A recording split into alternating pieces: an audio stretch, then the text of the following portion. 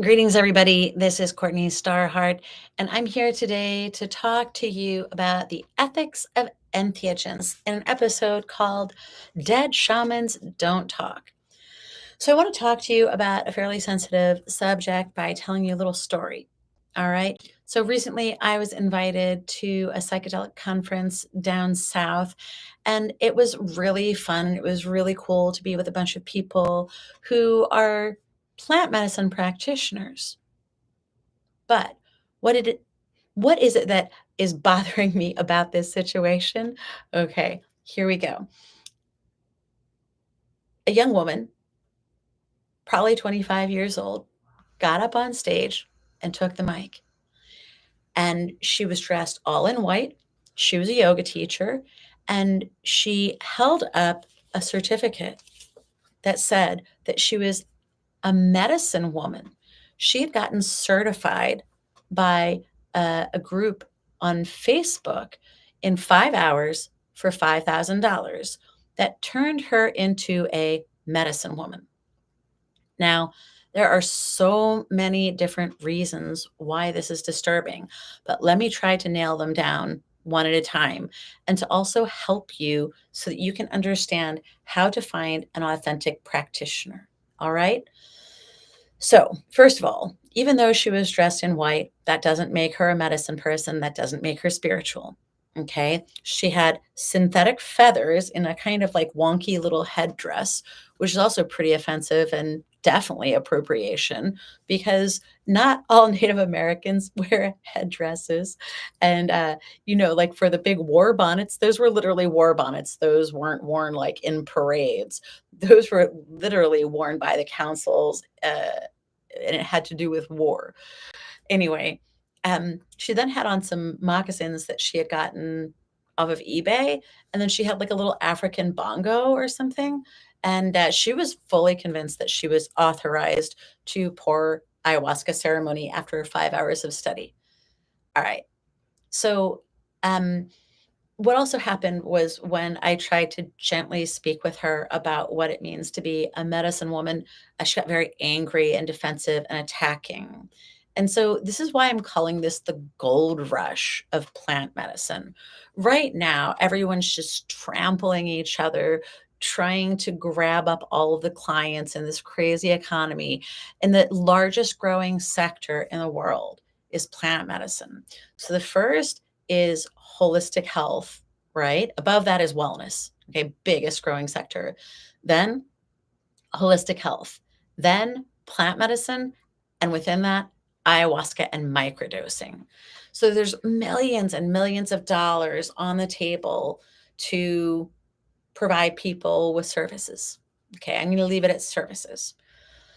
Now, let's talk about three different aspects of it. The first aspect is it truly legal if you sit in a ceremony with someone who got a certificate from Walmart? It's not. I think you know what I'm saying. Religious Freedom and Restoration Act reaffirmed your First Amendment rights to freedom of religion. Okay. In order for you to be covered under that, and there are situations where entire groups of people are arrested and jailed, not only the practitioner, but also the participants, because we're talking about a Schedule 1 substance that has not been federally decriminalized, nor will it be for quite some time. However, there are many states where it has been recognized that people in sincere religious practice with an actual trained religious practitioner from a spiritual lineage do have the right to take that medicine in ceremony. Okay. So if you're in a ceremony with someone who got a certificate from Walmart, you are not covered under RFRA. Next, you're not safe. Okay. The reason why the government was concerned, presumably, about these substances like ayahuasca is because of safety. So you won't believe, after 7 years of religious study with my elder, Patricio Dominguez, now he was featured in the movie Spirit Molecule DMT, and he's a tribal medicine man from the south of New Mexico, from the Piro Manso Tiwa tribe. Some of my ancestors are Native American, and they are from that area. But it's not about genetics, It's about training. Think about it as if you were a Christian minister in training. Would you have to be Roman Catholic? Would you have to be from the Vatican? Would you have to be Italian? No. If you wanted to become a priest, you would have to convert to Catholicism. You wouldn't have to be from Rome. You'd have to convert, and then you would have to spend the designated years in seminary learning the things that you need to learn. So, the way the government sees it, and the way we see it too, is that the Native American religion can be shared and can be carried on by appropriate practitioners, but the training really takes a long time. So, most people get turned off by it. So, it's not an easy process. All right. So, safety is the next big concern. Safety. How can you be safe in a plant medicine ceremony? The practitioner needs to have years and years of experience. The practitioner needs to have done a residency with someone who's a generational medicine person. Now we get to the weird thing. What is a medicine person? So, this girl and her Walmart certificate and her synthetic feathers and her bongo, not trained as a medicine person. I think what they're trying to say is that they're a medicine carrier, but even that is a 5 to 10 year process. But now we have people appropriating this very specific native term, medicine person. The medicine person in a tribe is essentially a doctor. They're the doctor for the tribe and oftentimes the spiritual leader. My training started with permaculture and seed sovereignty. Those two are not the same thing, but let's put them together. The next thing, herbalism. So that means knowing specific plants, and you can always go see me on IG at Courtney Starhart, or you can see Plant Medicine University on Substack for more. But uh, the the preparation of herbal remedies can take years because each plant ally takes 1 to 2 years. So when I studied mullein, I had to first go find mullein in the summertime and learn about that, learn about the plant, identify it, work with it, prepare salves, tinctures, and teas, as well as with mullein, smoking it because it can help the lungs, believe it or not. Smoking something could be helpful to the lungs. So, at any rate, that herbal ally takes at least a year. Okay. You need to have at least 5 herbal allies before you start working with entheogens, plant medicine. Then, even before you get into plant medicine, you would have fire keeping. You have to have a relationship with the sacrament of fire. Okay, that's our first sacrament. And almost every different Native American tribe recognized that, as well as sweat lodge, temascal. That was the next thing that I did after 5 years of keeping fire at high altitude. And when you go to keep fire for a sacred ceremony, they want you to be sure that you're harvesting the wood in an ethical way. That means we're not chopping down trees. We're actually going out and collecting the dead fallen wood from the forest floor, which is traditional because it also helps to protect the forest from fires burning it all down. If there isn't a bunch of kindling at the base of the trees, it's a lot harder for things to burn. So we go and clear that out. If we're going to take down a tree, then we take it down in a very special way. We'll talk about that another time. Fire keeping. Then comes sweat lodge. Then you sit there with your elders sitting right next to you, looking at you, making sure that you don't kill anyone. Okay. Sweat lodge is the next sacrament because that's a purification ritual. A purification ritual is really, really important to us. And again, almost every single Native American tribe in North, Central, and South America had their version of a purification ritual, and it was usually a sweat lodge. Okay. Then after that, you go into the next thing, which is the plant medicines, and you start with one that's not going to hurt anyone. Okay. So we started with San Pedro, and my elders started me with that deliberately because it just has mescaline. Our tribal medicines in that area would have been peyote and datura. And datura is usually really only for the medicine people because it's so incredibly dangerous. All right. But a lot of you are getting the cousin of datura, toé, in your ayahuasca, whether they're telling you that or not, and it's causing psychosis in a lot of people. So, moving right along, after you work with the first plant medicine and you get used to working with the spirit world and finding the force, because every time that you go into the spirit world, you learn something new. It takes years and years of doing that before you're really competent to lead a group. Okay. The only reason that I started working with ayahuasca is because someone showed up around the time I was working with the San Pedro and getting started, who had actually had a psychotic break working with Toei laced ayahuasca in Peru. And this poor young man could barely remember his own name. So we, as in my elder and I, Patricio, he taught me about our ayahuasca lineage while he was working with thousands of elders from across the world, i.e., other medicine men and women, making these eagle condor gatherings. Okay. These eagle condor gatherings were the fulfillment of an ancient prophecy to reconnect our trade routes, our cultural roots, and our communications.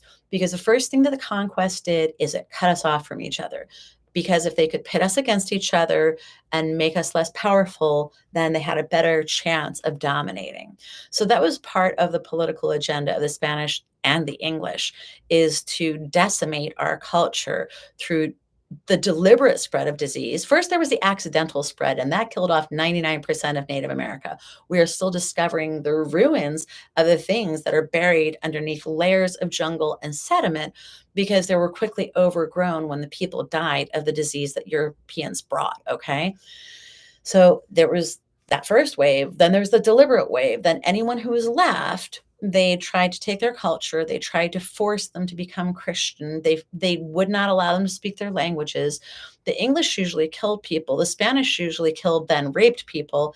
And so there are a lot of fair-skinned Native Americans who are simply a mixture of the DNA of the Spanish who put some cream in their coffee, whether they liked it or not. All right. So I'm tired of the old conversation about being a fair skinned Indian, because that's the product of colonization. All right. So we start working with ayahuasca, and it is a Colombian Taita lineage.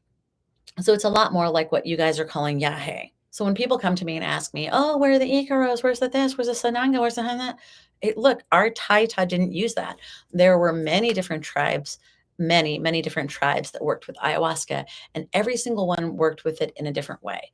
This particular Taita was like a Don. He was like the king of this area, and he was so loved. If you want to see a picture of him and Patricio and Tata Eric, I posted it on Instagram and on Father's Day to say thank you to them.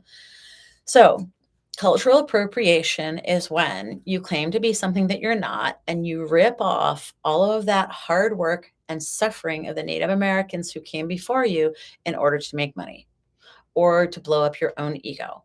So it's so rampant right now with this gold rush. They're calling it a psychedelic renaissance, but it is really a gold digger gold rush. There are people who have less than a month of experience who proclaim themselves medicine people.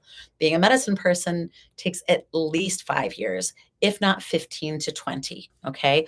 Before I started training with a native elder, I already had 10 years of study under my belt, plus 2 bachelors and 3 years of a PhD, some herbal certifications, Reiki masters, martial arts, yoga, living in an ashram, farming, gardening, yada, yada, yada. Okay. Before I started studying for 15 years. All right. So a medicine person is a very specific word that is a tribal word. That is not someone who carries plant medicine. That's a medicine carrier, and you should also spend 5 to 10 years on that. But we've got every Tom, Dick, and Harry opening up retreats and little tiny buildings, tiny houses, or retreat centers in LA. We have people who are coaches, who are yoga facilitators, who are psychiatrists, who are now experts in plant medicine. So please, people, I beseech you, please stop insulting the memory of all of the dead Native Americans whose bones you're walking on. You are literally walking on the bones of the dead people who were murdered to make this country what it is right now. Your African Americans have had their day in the sun to speak about the horrors of what happened to them, but not everybody is aware of what happened to the Native Americans, and is still happening today. Highest homicide rate, highest suicide rate, highest disappearing women rate, highest addiction rate on and on and on. The complex PTSD from the conquest and the subsequent rape of our culture is killing us still to this day. And to this day, Native women disappear at a spectacular rate, and no one does anything about it. So I want to tell you, if you're going to someone for a plant medicine and they're not certified and they're pretending to be, I would run, not walk towards the nearest exit. Um, I think that's all for today. I want to stay focused each time that I do this so that I don't talk for too long. But dead shamans don't tell stories. All right. Not only have most of these medicine people been killed off over the generations, those of us who are still left carrying this lineage have really gone through a lot. So, whoever you go to, do your very best for your sake and out of respect for Native American traditions to honor us. Thank you.